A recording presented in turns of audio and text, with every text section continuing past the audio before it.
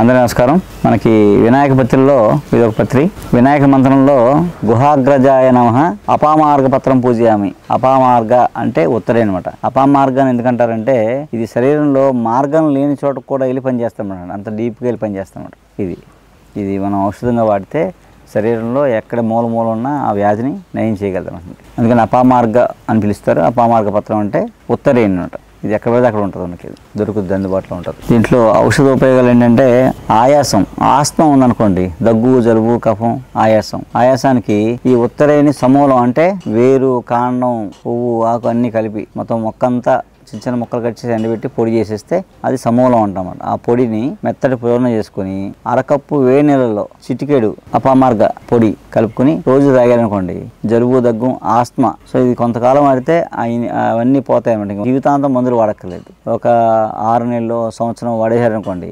ఎందుకంటే ఆస్తమా అనేది చాలా దీర్ఘకాల వ్యాధి, అది ఒక పట్టణం తగ్గదు. చిటికెడు పొడి. అలాగే ఈ ఉత్తరైన పొడి 50 గ్రాములు పటికి బెల్లం కలిపేసి ఉంచుకోండి. ఓ చిటికెడు పొడి రోజు గోరువెచ్చని నీళ్ళు వేసి తాగితే ఆస్తమా శాశ్వతంగా పోద్ది అన్నమాట. మామూలుగా మనకి ఏంటంటే సుఖ ప్రసవం అంటే నార్మల్ డెలివరీ అవడం కోసం ఇప్పుడంటే సర్జరీస్ వచ్చాయి. 30 ఏళ్ళు 50 ఏళ్ళ నుంచి మనకి సర్జరీస్ చూసాం. మరి అంతకుముందు ఒక్కొక్కరు 5గురిని 10 మందిని 11 మంది కన్నా 15 మంది కన్నా రోజులు ఉన్నాయి. 15 మంది కానివారు. వాళ్ళకి మరి ఎక్కడ ఆపరేషన్ లేకుండా అందరూ ఇళ్లలోనే డెలివరీస్ చేసుకునేవారు. చేయడానికి అంటే అలా నార్మల్ డెలివరీ అవడానికి ఈ మంత్రసానంలో వాళ్ళు ఇంట్లో పెద్దవాళ్ళు చేస్తూ సుఖప్రసవం అవడం కోసం ఎన్నో టెక్నిక్స్, ఎన్నో చుట్టూ ఉండే మొక్కలతోనో, ఇంట్లో ఉండే వాటితోనో, వంటింట్లో ఉండే వాటితోనో వాళ్ళు చాలా ముందే ప్రిపేర్డ్గా నార్మల్ డెలివరీ అవడానికి చాలా ప్రిపరేషన్ ఉండేది అన్నమాట, సింపుల్గా అయిపోవడం కోసం. అలా ఎందుకంటే అప్పట్లో ఎక్కువ ఫెయిల్యూర్స్ లేవు అన్నమాట. అలా నార్మల్ డెలివరీ అవడానికి పూర్వం ఏం చేసేవారంటే దీన్ని వేరు ఒక వారం ముందు నుంచి మొలక కట్టేవారు అన్నమాట. కడితే నార్మల్ డెలివరీ అయిపోయేది. లేదా దీన్ని వేరు పొడి చేసి ఉంచుకొని ఓ చిటికెడు పొడి రోజు తేనెతో నాకు ఇచ్చేవారు అన్నమాట. నాకు ఇస్తే ఒక నెలలు నిండాక నాకు ఇస్తే నార్మల్ డెలివరీ అయిపోయింది అనమాట. ఇప్పుడు వేసుకోవచ్చు, ఇదేం సైడ్ ఎఫెక్ట్ ఉండదు, ఏముండదు. కాకపోతే మీరు ఫ్రెష్ది సంపాదించి వేసుకోవాలి. అంటే మీరు సొంతంగా సంపాదించి మన ఫ్రెష్గా వేస్తే ఎలాంటి ఇబ్బంది ఉండదు, సుఖప్రసవం అవుతుంది. లేదా ప్రసవం అవ్వడానికి సపోర్ట్ చేస్తుంది. ఆపరేషన్ దాకా సిజేరియన్ దాకా వెళ్ళిపోకుండా నార్మల్ డెలివరీ అయిపోతుంది అనమాట. అలా ఈ మొక్క అద్భుతంగా పనిచేస్తున్నాం. లేదనుకోండి ఇది కట్టుకోవచ్చు, మొలకో కాలుకో లేదా ఎక్కడో బాడీకి టచ్ అవ్వాలంతే. టచ్ అయితే డెలివరీ నార్మల్ డెలివరీ అయిపోతుంది అనమాట. ఇది చాలా డౌట్ ఉంటుంది, ఎప్పుడు కట్టాలి, ఫస్ట్ నుంచి కట్టాలా, ఎన్ని రోజులు కట్టాలి అని ఉంటుంది మీకు డౌట్లు. అది ఎండిదా పచ్చిదా అని.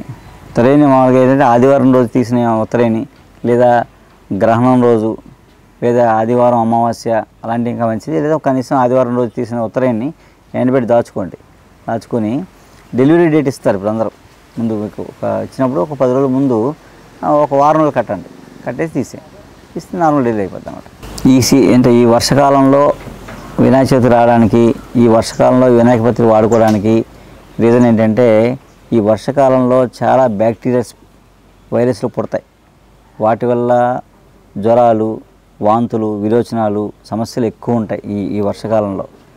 కాబట్టి ఈ మొక్కలు వాసన చూసినా, లేదా ఈ మొక్కలతో వేసిన ధూపం ఇంట్లో వేసిన ఆ బ్యాక్టీరియాలు చేరకుండా మనకి ఈ వర్షకాలంలో వచ్చే సీజనల్ డిసీజెస్ రాకుండా ఆగుతాయి అన్నమాట, కంట్రోల్ చేస్తామన్నమాట. అంటే అందుకేంటంటే మనం ఏదో హైజీనిక్ అని మనం ఏవో ఫ్లోర్ క్లీన్లు, ఆ క్లీన్లు, స్ప్రేలు అలా కన్నా పూర్వం ఏంటంటే ఇవి రాకముందు పూర్వం ఏం చేశారు, చక్కగా ఈ ఉత్తరేణి ఎండబెట్టి మొక్కలు చిన్న మొక్కలు కొట్టి ఉంచుకొని రోజు ధూపం వేస్తారు అన్నమాట. ధూపం వేయడం వల్ల ఈ సీజన్లో ఈ బ్యాక్టీరియల్ వైరస్లు ఇంటి చుట్టూ కూడా రావన్నమాట. రాకపోవడం వల్ల మనకి ఆ ఇన్ఫెక్షన్స్ రాకుండా, జ్వరాలు, దగ్గులు, జలుబు రాకుండా కాపాడుకున్నారు అన్నమాట. సో మనం కూడా ఏంటంటే ధూపం మామూలుగా సాంబ్రాణి వేస్తాం ఏదో, కానీ సాంబ్రాణిలో ఇది కలిపి వేసుకున్నారనుకోండి, రోజుకి ఒకసారి అయితే వారానికి ఒకసారి వేసారనుకోండి, ఇంట్లో ఉండే బ్యాక్టీరియా అయిపోతాయి. ముందు ఇంట్లో ఒక పాజిటివ్ ఎనర్జీ క్రియేట్ అయ్యి ఒక ప్లెజెంట్గా ఉంటుంది అనమాట. ఇంట్లో చాలా ప్రశాంతంగా అనిపిస్తుంది అనమాట. తద్వారా మనకేంటంటే ఈ వైరస్ వల్ల వచ్చే, బ్యాక్టీరియా వచ్చే జబ్బులు రాకుండా ఉంటాయి. ఈ ధూపం పీలిస్తే లంగ్స్ క్లీన్ అవుతాయి, మైండ్ యాక్టివ్గా ఉంటుంది, స్ట్రెస్ తగ్గుద్ది అనమాట. ప్రతి పండగకి మనం ఒక 2 రోజులు మాట్లాడుకోవచ్చు. ప్రతి పండగ గురించి మినిమం 2 రోజుల నుంచి 5 రోజులు మాట్లాడుకోవచ్చు ఒక్కొక్క ఫెస్టివల్ గురించి. మన చిన్న పండగే అట్ల తద్ది దగ్గర నుంచి ఏదైనా సరే. అలా వినాయక చవితి మనం ఒక నెల రోజులు నేర్పాలండి. అంటే నిజమైన వినాయక చవితి శాస్త్రోక్తంగా చేసి దాని ఫలితం పొందాలంటే మనం ఇప్పుడు తరానికి ఒక నెల రోజులు నేర్పితే కానీ వినాయక చవితి చేసుకోలేదు. ఎందుకంటే ఇందులో ప్రధానంగా 3 ఉంటాయి. ఏంటి? ఏకవింశతి పత్ర పూజ. ఏకవింశతి అంటే 21 పత్రాలు, సో 21 మంత్రాలు. ఓకే, పత్రి పూజ ప్రధానం. ఇక రెండోది నవరాత్రులు 9 రోజులు ఉంచడం. ఇక ఏకవింశతి ప్రసాదాలు మనం 1 చేయొచ్చు, 3 చేయొచ్చు, 21 చేయొచ్చు. ప్రసాదాలు కూడా 21 ఉన్నాయి.